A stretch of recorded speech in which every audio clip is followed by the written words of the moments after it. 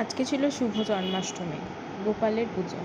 তাই প্রথমেই আমি একটা জায়গা নিয়ে সেখানে পঞ্চামৃত তৈরি করে নিচ্ছিলাম, যাতে আমি 1 চামচ মধু দিয়েছিলাম, 2 চামচ ঘি, 4 চামচ চিনি, 8 চামচ দই এবং 16 চামচ দুধ দিয়েছিলাম এবং সেই দুধটা দেবার পরে খুব ভালোভাবে মিশিয়ে নিয়েছিলাম।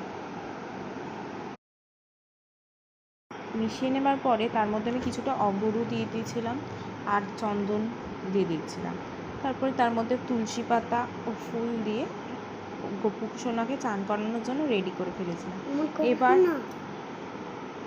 এবার তারপরে গপু ভাইকে ভালো করে সুন্দর করে সাজিয়ে গপু ভাইকে পঞ্চামৃত দিয়ে চান করিয়ে এবং গঙ্গা জল দিয়ে চান করিয়ে সুন্দর করে সেদিনের জন্মদিনের জন্য প্রস্তুত করে ফেলেছিলাম।